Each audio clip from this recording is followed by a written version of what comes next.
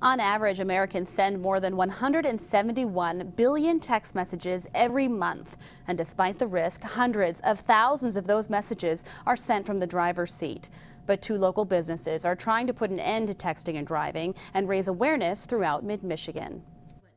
What started as a normal day for 35-year-old Becky Blackmer I was taking my kids to school, driving on 66. ended as anything but. All it takes is a second.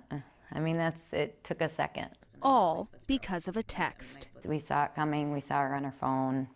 There was not really much I could do, so it was a 3-car accident. Becky was driving southbound on M66 in March of 2012 when a woman who was texting and driving in the northbound lane rear-ended a car waiting to turn, forcing that car into Becky's lane. So I knew when you get in an accident like that, everything goes so slow. I mean, it's so fast, but it's so slow. So I knew, I saw her on her phone, I saw her get hit. I knew we were going to get in an accident. So Becky did what she said any mother would do. She turned the wheel so that her side of the car would take the brunt of the impact, sparing her 2 daughters from physical injury. The paramedics told me if I didn't do that, it probably would have ended up with a fatality in my car. What she ended up with instead was 6 surgeries, 6 months of bed rest, and 8 months of rehabilitation. I had a broken back, I broke my neck, I had internal bleeding, I broke my ribs. I had a Liz Frank fracture to my foot, which was broken in half. I had 6 plates and 6 screws in it. But Becky's story isn't unique. In fact, in 2011, nearly a quarter of all accidents involved a cell phone, which is why Fox 47 and Farm Bureau Insurance are banding together to help raise awareness and put a stop to it. They're supposed to be put on your thumb, and then when you go to text while driving, you see it and then you think not to text. So far, BAND2GETHER has distributed nearly 10,000 thumb bands across mid-Michigan since it launched on February 2nd.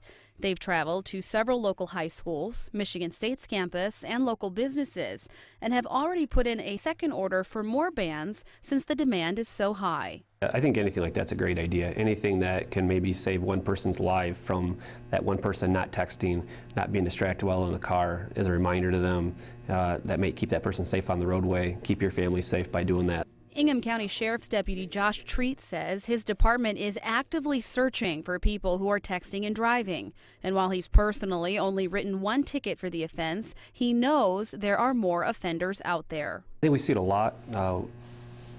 Can we enforce a lot? Not as much. It's harder to enforce, to be able to see it. And we're hoping that by us being out there and being seen, and us being out there and enforcing different traffic violations, texting while driving, that it deters people from doing that. That's the whole goal. That's the whole reason we write tickets, is deter people. As for Becky, the driver who caused her accident did get a ticket.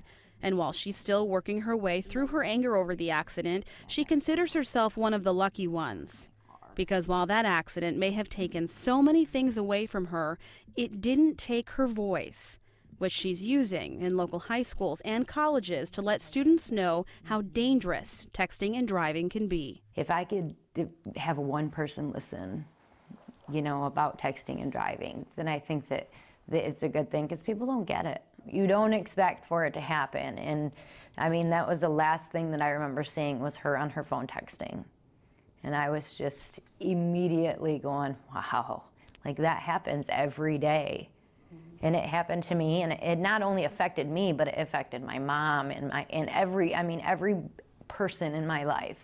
It just crumbled that day from texting and driving. Here's another interesting fact for you. If you happen to look at your phone or send a text message while you're stopped at a red light, stop sign, or railroad crossing or something similar, you're technically violating the law because you're still operating your vehicle. You can be issued a ticket with a starting fine of $100. If you'd like to learn more about the BAND2GETHER campaign or how you can get a thumb band, just head to our website, fox47news.com, and click on the BAND2GETHER link on our homepage.